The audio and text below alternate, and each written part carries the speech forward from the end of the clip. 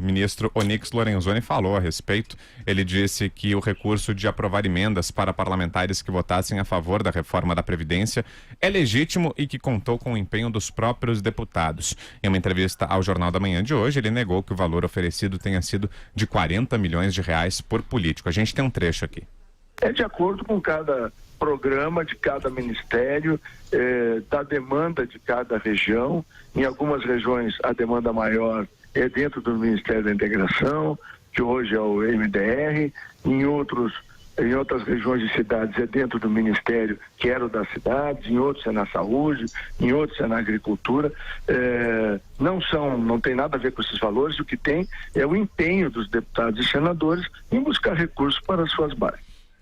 Onyx também comemorou o placar da aprovação do texto base da reforma. De acordo com ele, alguns votos vieram da oposição, que abriu mão de bandeiras partidárias e ideológicas para votar a favor do Brasil. Segundo ele, agora o Brasil vai oferecer um novo cenário para o investidor interno e externo. Alexandre, o que é que você achou dessa posição do Onyx Lorenzoni e dessa decisão do governo da liberação de emendas? Olha, é um assunto que chega a cansar de tanto que a gente já tratou aqui no programa. Vamos crescer, né? Vamos botar os adultos na sala e parar com essa bobagem de que todo tipo de articulação é fisiologismo, é roubalheira, velha e nova política. Meu Deus do céu. Olha, e tá aí o governo mostrando que sabe jogar o jogo e que não necessariamente as emendas são fisiologismo, é roubalheira. Os deputados estão lá, eles têm que brigar pelos seus constituintes, pelos seus eleitores, pelas suas bases. Eles representam os seus eleitores. Se os seus eleitores têm demandas e as demandas dos seus eleitores impactam no orçamento e precisam de liberação de verba, qual o problema? E aí fica um bando de gente, infelizmente, um bando de carneirinha e ovelhinha mal conduzida por maus pastores nas redes sociais, berrando e caindo nessa conversa de articulação é uma coisa ruim. Às vezes até o presidente não faz mais isso, mas chegou a fazer no começo. Eu me lembro quando ele estava no Chile, por exemplo, perguntaram para ele sobre articulação e ele falou meio, eu não sei o que é articulação. Sabe, é um deputado de 7 mandatos, com 28 anos na Câmara, então ele sabe exatamente o que estava sendo falado, né? E normalmente, grande parte do tempo da vida dele teve em partidos pequenos, foi do PP, foi de partidos que sabem como poucos o que é articulação, enfim, e esse tipo de negociação para liberação de emenda. Então, assim, agora, finalmente, o Brasil, depois desses primeiros 6 meses aí de muita gritaria, de muita bobagem, de muita palavra de ordem, pra gente inocente que caiu em muito slogan, nós estamos começando aos poucos a voltar para a normalidade, a ter a tramitação normal e democrática das relações entre governo e legislativo, e não há nenhum problema, e é bom que os que falaram muita bobagem sobre esse assunto nos últimos tempos saibam disso, porque o governo atual, que muita gente defende, que está no começo, que foi eleito com 57 milhões de votos, mas que estimulou, direto ou indiretamente, muita gente nas redes sociais para gritar contra a liberação de emendas, dizendo que isso é tomar lá da cá, isso é velha política. Estão vendo agora que é assim que se joga o jogo e que se jogue, o impacto está aí. Reforma da Previdência, primeira votação com 379 votos, a bolsa bombando, o dólar caindo e ótimas possibilidades para a economia. Vamos ser sérios, vamos botar os adultos para falar, menos gritaria, mais responsabilidade com a população, principalmente com quem está precisando de emprego, quem está precisando trabalhar, quem está precisando que a economia brasileira volte a crescer e gerar oportunidade para todos. Diga lá, Andreasa.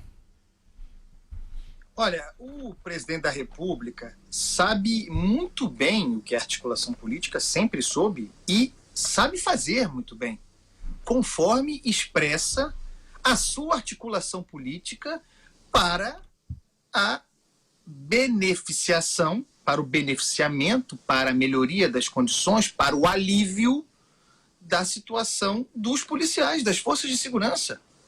Ou não se trata disso? Ou o presidente não operou para que esse destaque fosse acordado, para que se criasse uma condição que beneficiasse aquela que é a sua base fundamental? Isso é articulação política, minha gente. O presidente fez, e é legítimo que o faça. Ele, como, desde a cadeira da presidência da República, representante de um grupo de pressão. E é ridículo essa discussão sobre liberação de emenda, empenho de emenda. Isso está previsto em lei. Isso não é assim que se faz, assim, vou pegar um dinheiro aqui e vou dar para o deputado tal para construir lá, para botar num hospital lá na cidade dele. Isso não é assim, minha gente.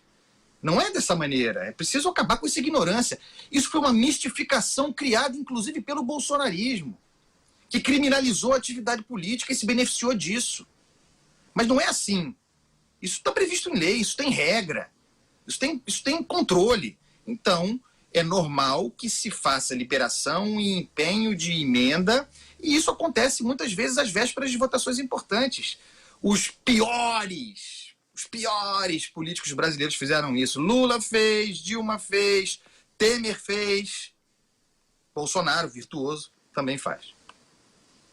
Bruno, e aí? É isso, acho que por parte da sociedade, eu estou saindo da discussão política ou dentro da política, por parte da sociedade. O fato dessa relação entre poder executivo e legislativo ter dado origem a alguns escândalos acabou maculando a própria atividade ou o próprio relacionamento.